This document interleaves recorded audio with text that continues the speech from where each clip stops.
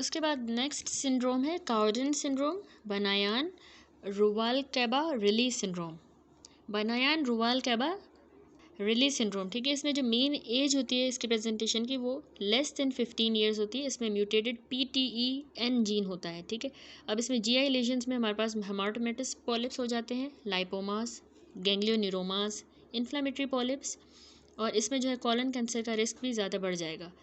Then है क्रोंकाइट Canada syndrome, तो ये लेस देन 50 एज में प्रेजेंट करेगा, नॉन हेरिडिटरी ये कंडीशन होती है, और इसमें भी हेमाटोमेटस कॉलन पॉलिप्स बन जाएंगे, क्रिप्स की डायलेशन होगी और एडिमा हो जाएगा नॉन पॉलीपॉइड म्यूकोजा में। जो इसमें सेलेक्टेड एक्स्ट्रा गैस्ट्रोइंटेस्टाइनल मैनिफेस्टेशंस हैं वो है कि नेल एट्रोफी हो जाएगी, हेयर लॉस होगा, एबनॉर्मल स्किन पिगमेंटेशन होगी, कचेक्सिया और अनीमिया।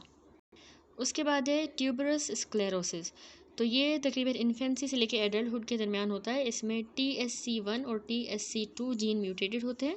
हेमाटोमेटस पॉलिप्स जो है ये रेक्टल होते हैं, और ये फेशियल एंजियोफाइब्रोमा, कॉर्टिकल ट्यूबर्स और रीनल एंजियोमायोलाइपोमा करवा सकते हैं। देन अगला सिंड्रोम होता है फैमिलियल एडिनोमेटोसिस पॉलिपोसिस FAP, जिसमें एक क्लासिक FAP है, attenuated FAP, Gardner syndrome, Turcot syndrome. तो इनकी डिफरेंट एज ग्रुप्स भी मेंशन्ड है। क्लासिक वाला 10 to 15 ईयर्स, एटीन्यूएटेड वाला 40 to 50 ईयर्स, गार्डनर और टर्कट सिंड्रोम 10 to 15 ईयर्स। इसमें जीन जो म्यूटेट होता है वो APC जीन होता है, और इसमें मल्टीपल एडिनोमास बन जाते हैं सारी कंडीशंस में। और इसमें जो एक्स्ट्रा गैस्ट्रोइंटेस्टाइनल मैनिफेस्टेशन में कंजेनाइटल RPE हाइपरट्रॉफी होगी, osteomas, desmoids, skin cyst, CNS tumours and medulloblastoma. तो हमने टेबल देखा, जैसा कि हमने प्रीवियसली डिस्क्राइब किया, हेमाटोमास जो है ये डिसऑर्गेनाइज्ड ट्यूमर लाइक ग्रोथ होती हैं जो कि मैच्योर सेल टाइप्स की बनी होती हैं और नॉर्मली प्रेजेंट होते हैं उन साइट्स पे जहाँ पे पॉलिप डेवलप करेगा।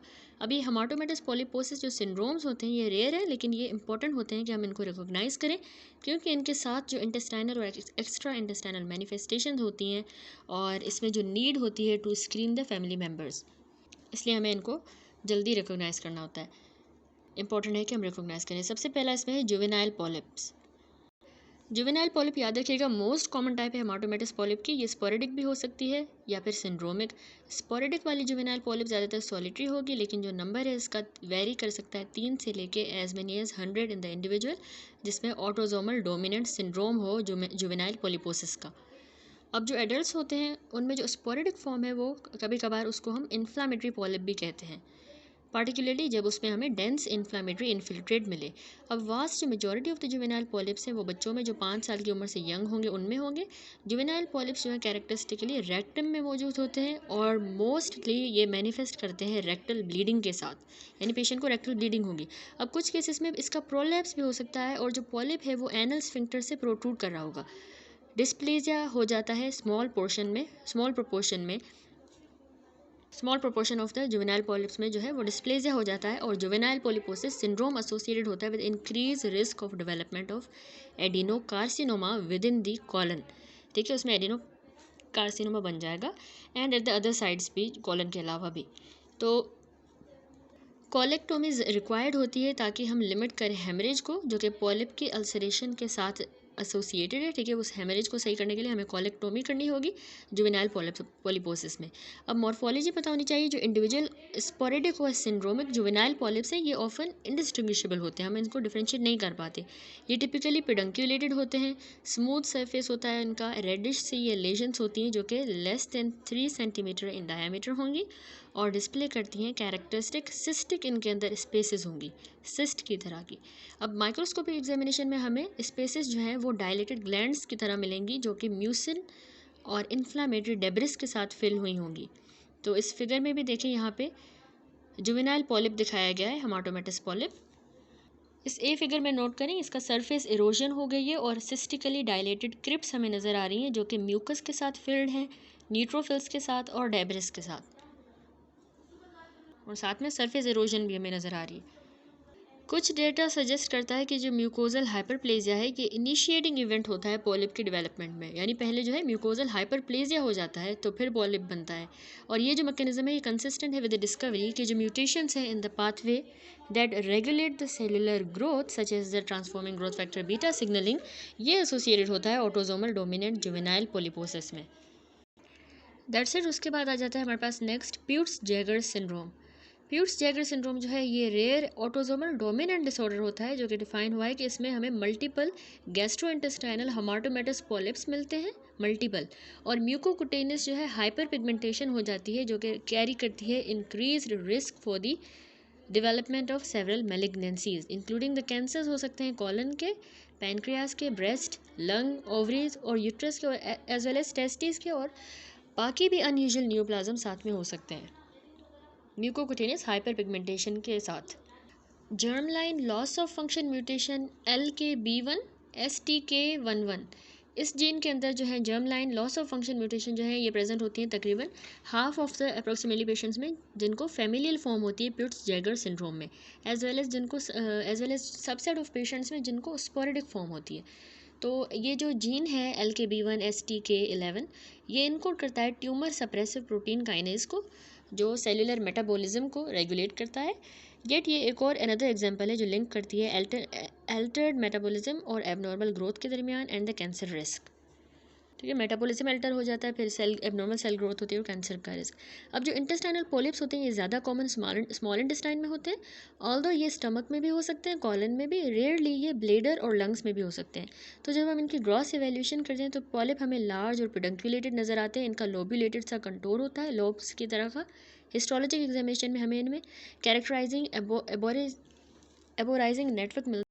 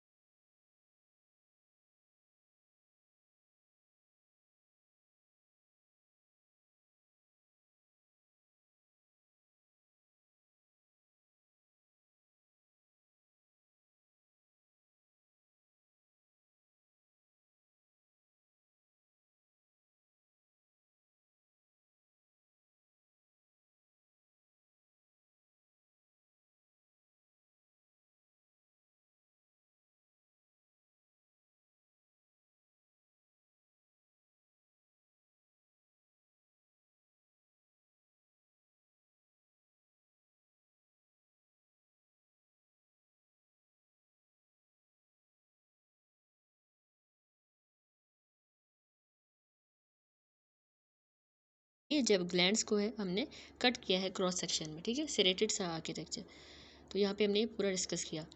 उसके बाद आ जाते हैं नेक्स्ट हाइपरप्लास्टिक पॉलिप्स के बाद एडिनोमास। तो मोस्ट जो कॉमन और क्लिनिकली इंपॉर्टेंट हमारे न्यू प्लास्टिक पॉलिप्स होते हैं वो कॉलन के एडिनोमास होते हैं। ये बिनाइन पॉलिप्स हैं जो कि राइज देंगे मेजॉरिटी ऑफ द कोलोरेक्टल एडिनोकार्सिनोमास को। ठीक है, इन्हीं से एडिनोकार्सिनोमा डेवलप होगा मोस्ट एडिनोमास जो है, लेकिन हाउएवर एडिनोकार्सिनोमा में प्रोग्रेस नहीं भी होते। कोलोरेक्टल एडिनोमास कैरेक्टराइज हुए हैं कि इनमें हमें एपिथेलियल डिस्प्लेजिया मिलता है, इस तरह की ग्रोथ जो है ये रेंज कर सकती हैं। ये छोटी सी ऑफन पेडंकुलेटेड पॉलिप्स हो सकते हैं या लार्ज सिसाइल लीजन भी हो सकती हैं। इनमें कोई भी जेंडर प्रीडायलेक्शन नहीं है और जब ये प्रेजेंट होंगी तो तकरीबन 50% एडल्ट जो कि वेस्टर्न वर्ल्ड में रहते हैं उनमें ये बिगिन होगा ये at the age of 50 years. ठीक है। अब क्योंकि इस तरह के पॉलिप्स जो है ये कोलोरेक्टल कैंसर के ही प्रीकर्सर होते हैं, ये एडिनोमास, तो करंट रिकमेंडेशन है कि सारे जो एडल्ट्स हैं यूएस में उनकी हमें कोलोनोस्कोपी करके स्क्रीनिंग करनी होगी, तकरीबन 50 ईयर्स की एज पे ही स्टार्ट करनी होगी। अब क्योंकि इंडिविजुअल्स जिनकी फैमिली हिस्ट्री होती है वो ज़्यादा रिस्क पे होते हैं कि उनको कॉलन कैंसर हो जाए earlier in the life, family history वालों को, तो इनकी जो टिपिकली हम स्क्रीनिंग जो स्टार्ट करेंगे 10 year before the youngest age at which a relative was diagnose, यानी कोई रिलेटिव किसी एज में डायग्नोज हुआ है कोलोरेक्टल एडिनोमास के साथ, तो हम उससे भी 10 साल के पहले वाली उम्र अगर किसी की आ गई है उसमें हमने उसकी स्क्रीनिंग करनी होगी स्टार्ट।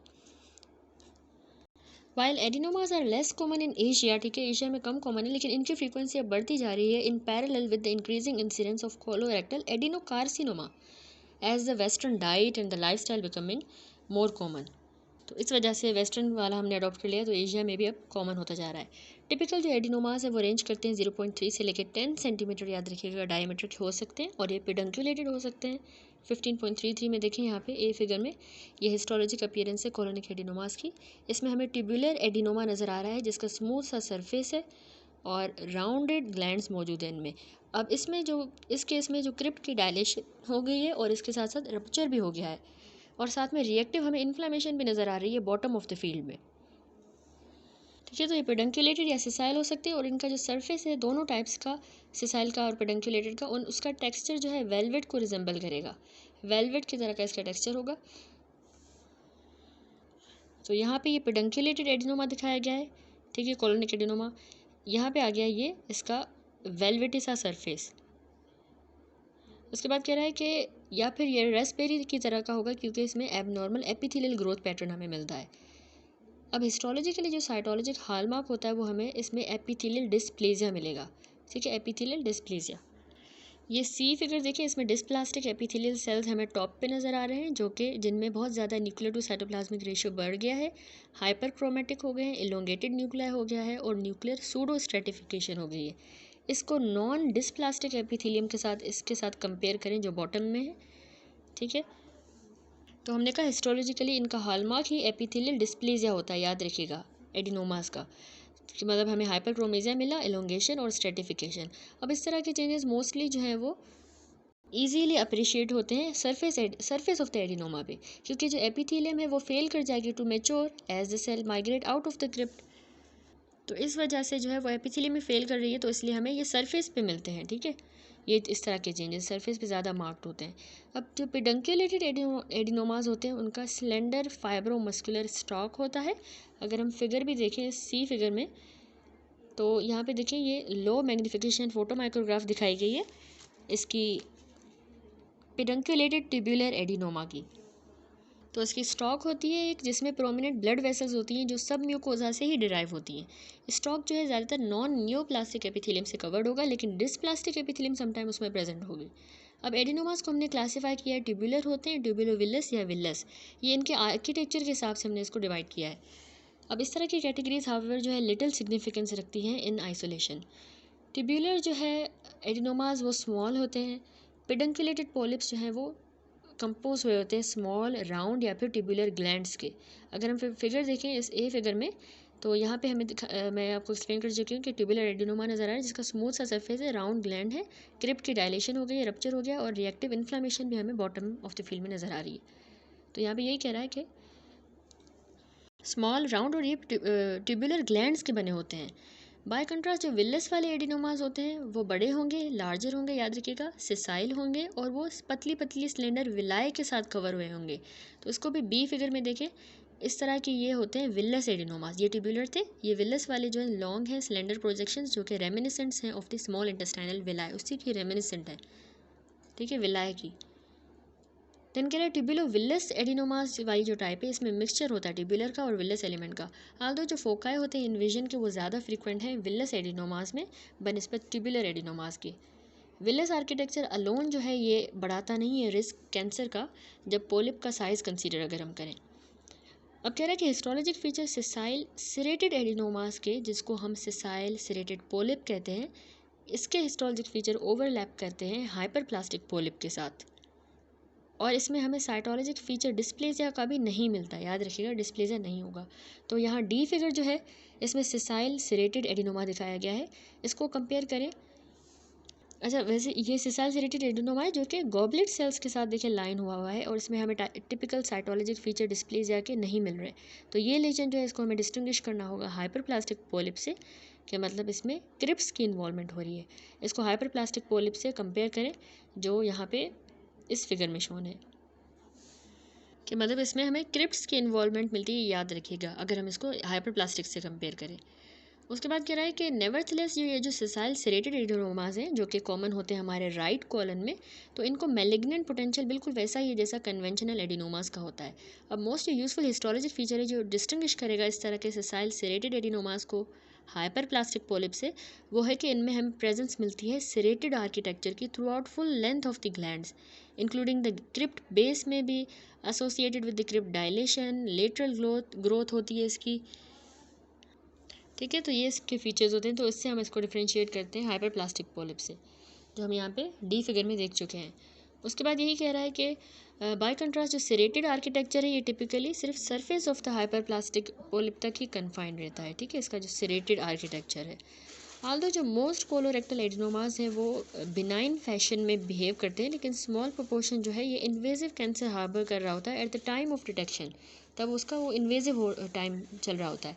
तो जो साइज बहुत इंपॉर्टेंट होता है, कैरेक्टरिस्टिक है जो को रिलेट करेगी risk for malignancy. For example, while cancer is extremely rare in the adenomas less than 1 centimeter in diameter, ठीक है 1 सेंटीमीटर डायमीटर से कम है तो उनमें बहुत ही रेयर है। अब कुछ स्टडी सजेस्ट करती हैं कि तकरीबन 40% लेजन जो कि 4 सेंटीमीटर से ज़्यादा डायमीटर की हैं, तो उनमें हमें इन्वेजिव कैंसर के फोकाई मिलते हैं। इसके साथ साथ in addition to the size जो हाई ग्रेड का डिस्प्लेजिया है ये रिस्क फैक्टर होता है for the cancer in an individual polyp, लेकिन no other polyp in the same patient. यानी अगर डिस्प्लेजिया ज़्यादा मिल रहा है तो उसमें ज़्यादा रिस्क है कि ये कैंसर इसमें डेवलप हो जाए जिसमें डिस्प्लेजिया हुआ है उस पोलिप में, ना कि सारे पोलिप में, उसी सेम पेशेंट में। ठीक है, देन आ जाता है हमारे पास अगला फेमिलियल सिंड्रोम्स। तो सेवरल सिंड्रोम्स जो कि हमारे कॉलोनिक पोलिप्स के साथ एसोसिएटेड होते हैं वो बढ़ा देते हैं रेट ऑफ कॉलन कैंसर, वो भी डिस्क्राइब हुए हैं। अब जेनेटिक जो बेसिस है इस तरह के डिसऑर्डर्स की वो इस्टेब्लिश हुई है और ग्रेटली इनहेंस करती है current understanding of the sporadic colon cancer, जो हम टेबल में भी देख चुके हैं। सबसे पहला है फेमिलियल एडिनोमेटस पोलिप्स यानी FAP। ये एक ऑटोसोमल, याद रखिएगा, डोमिनेंट डिसऑर्डर है जिसमें हमें बहुत ज़्यादा अपीयरेंस मिलती है न्यूमरस कोलोरेक्टल एडिनोमास की टीन एज के ईयर्स में। अब ये होता है जब म्यूटेशंस आ जाती हैं एडिनोमेटस पोलिपोसिस कोलाई जीन के अंदर, APC जीन, जो हमने टेबल में भी डिस्कस किया। तो काउंट ऑफ तकरीबन 100 पोलिप्स जो है ना ज़रूरी होते हैं इसकी डायग्नोसिस के लिए। ठीक है, और क्लासिक फेमिलियल एडिनोमेटोसिस पोलिपोसिस की डायग्नोसिस के लिए जो है 100 पोलिप्स होने चाहिए, और as many as several thousand जो है प्रेजेंट हो भी सकते हैं। तो यहाँ पे जो फिगर है यहाँ पे दिखाया गया है फेमिलियल एडिनोमेटोसिस पोलिपोसिस। यहाँ देखिए ये A फिगर में 100 of small colonic polyps present हैं along with the dominant polyp. ठीक है, यहाँ पे एक बड़ा हमें डोमिनेंट पोलिप्स में मिल रहे हैं और 100 ऑफ दूसरे भी हैं। और यहाँ पे ये जो B फिगर है ये इसमें 3 ट्यूबुलर एडिनोमास प्रेजेंट है सिंगल माइक्रोस्कोपिक फील्ड के अंदर, तीनों हमें ये एडिनोमास नज़र आ रहे हैं। Except for their remarkable numbers, इस तरह की जो ग्रोथ होती है ये मॉर्फोलॉजिकली इंडिस्टिंग्विशेबल होती हैं फ्रॉम द स्पोरेडिक एडिनोमास। ये कोलोरेक्टल जो एडिनोकार्सिनोमास हैं वो डेवलप कर सकता है 100% ऑफ द पेशेंट में, जो कि हम फेमिलियल एडिनोमेटस पोलिप्स का अनट्रीटेड हो पेशेंट, तो उसमें एडिनोकार्सिनोमा बन सकता है often before the 30 years of the age. As a result prophylactic colectomy जो है ये स्टैंडर्ड थेरेपी होती है इंडिविजुअल्स के लिए जिनका APC में म्यूटेशन आ गई है, तो हम प्रोफाइलेक्टिकली कोलेक्टोमी कर लेंगे, कॉलन ही निकाल देंगे। अब हाउएवर पेशेंट जो है वो रिस्क पे रहते हैं फॉर द एक्स्ट्रा इंटेस्टाइनल, उनको मैनिफेस्टेशंस हो सकती हैं जैसे कि बाकी साइड्स पे न्यूप्लेजिया हो सकता है। अब जो स्पेसिफिक APC म्यूटेशंस हैं वो एसोसिएटेड होती हैं with the development of other manifestations of the FAP। ये एक्सप्लेन करती है वेरिएंट्स जैसे कि gardener syndrome, Turcot syndrome.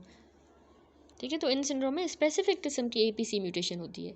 In addition to the intestinal polyp, clinical जो फीचर हैं गार्डनर सिंड्रोम के, जो कि FAP का ही वेरिएंट है, इसमें हमारे पास ओस्टियोमास हो सकते हैं, मैंडिबल के, स्कल के और लॉन्ग बोन्स के। एपिडर्मिस में सिस्ट हो सकती हैं। डेस्मोइड और थायराइड ट्यूमर्स हो सकते हैं। डेंटल एब्नॉर्मलिटीज़ हो सकती हैं जैसे कि अनइरप्टेड और सुपर न्यूमररी टीथ। ठीक है। दूसरा जो टर्कट सिंड्रोम है ये रेयर होता है और इसमें इंटेस्टाइनल एडिनोमास बन जाते हैं और सीएनएस के ट्यूमर्स बन जाते हैं। तकरीबन 2/3 ऑफ द पेशेंट जिनको टर्कट सिंड्रोम होता है उनके एपीसी की जीन म्यूटेशन हो जाती हैं और उनको मेडुलोब्लास्टोमास डेवलप हो जाएंगे। बाकी जो 1/3 है उनको म्यूटेशन आ जाती है किसी भी एक सेवरल जीन्स में जो कि डीएनए के रिपेयर में इन्वॉल्व होते हैं जीन उनमें, और तो उनको ग्लायोब्लास्टोमास डेवलप हो जाएंगे। अब कुछ पेशेंट्स जिनको हंड्रेड्स ऑफ एडिनोमास हैं लेकिन उनको एपीसी की म्यूटेशन नहीं है, बट इंस्टेड उनकी म्यूटेशन जो है वो base excision repair gene MUTYH, जिसको हम MUTYH पोलिपोसिस भी कहते हैं, इसमें म्यूटेशन आ जाती है। अब रोल इस तरह के जीन्स का ट्यूमर की डेवलपमेंट में हम बाद में डिस्कस करेंगे।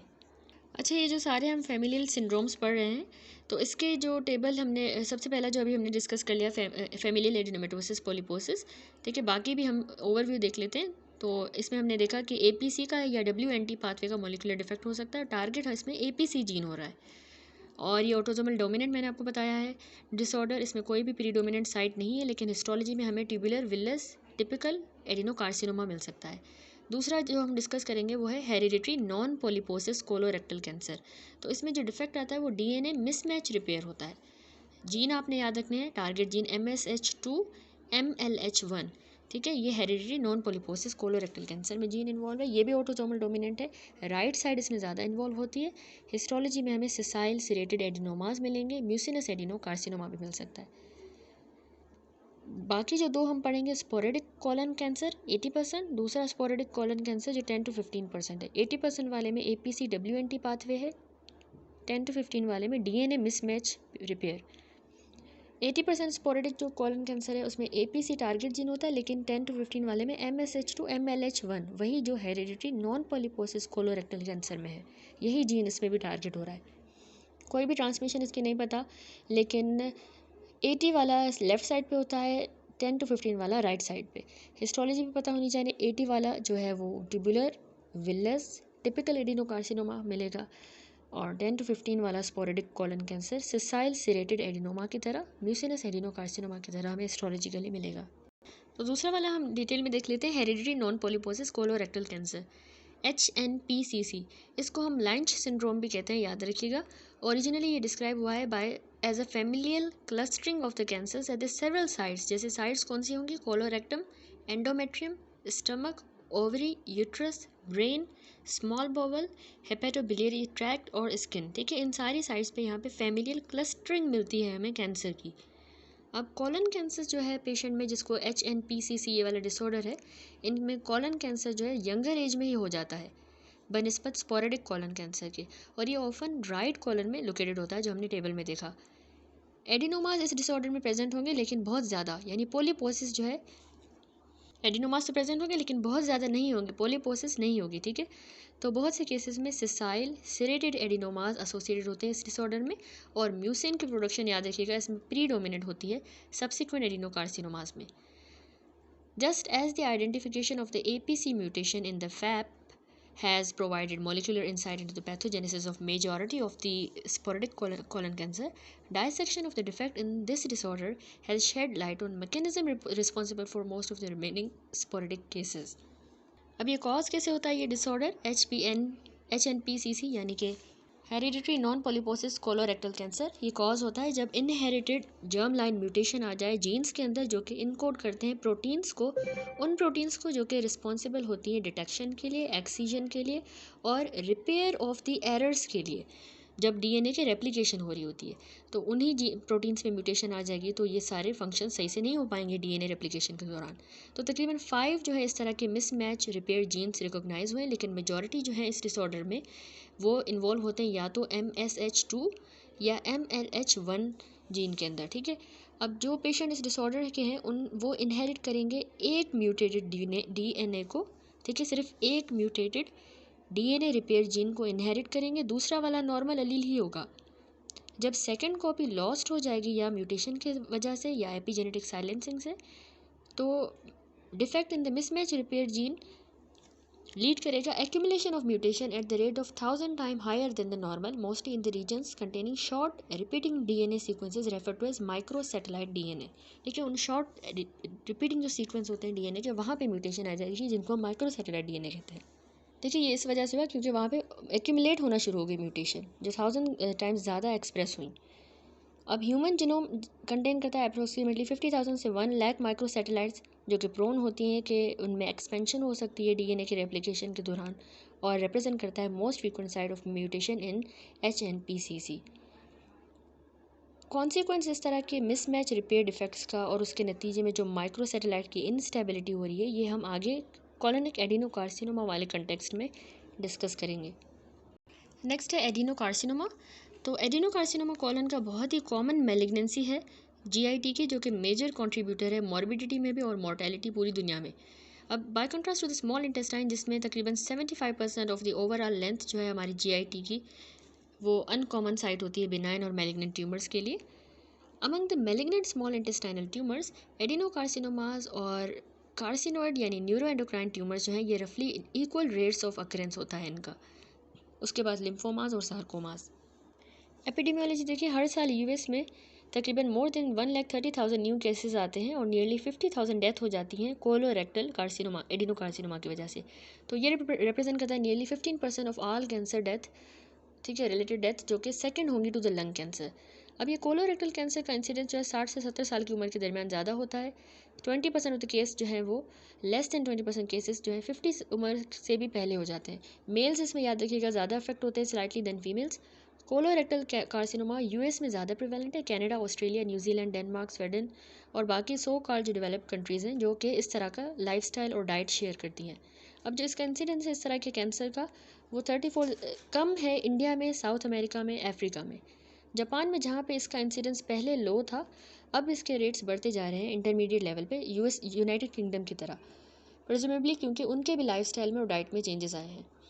तो डाइटरी फैक्टर जो कि ज़्यादा क्लोजली एसोसिएटेड हैं कोलोरेक्टल कैंसर के साथ, वो है कि लो इनटेक अनअब्जॉर्बेबल वेजिटेबल फाइबर का, ठीक है, लो इनटेक होता है। इसके अलावा हाई इनटेक रिफाइंड कार्बोहाइड्रेट्स का और फैट्स का, इस वजह से ये कैंसर बढ़ रहा है। तो इसके साथ साथ डाइटरी मॉडिफिकेशन के साथ फार्माकोलॉजिक कीमो प्रिवेंशन जो है, ये भी एक एरिया ऑफ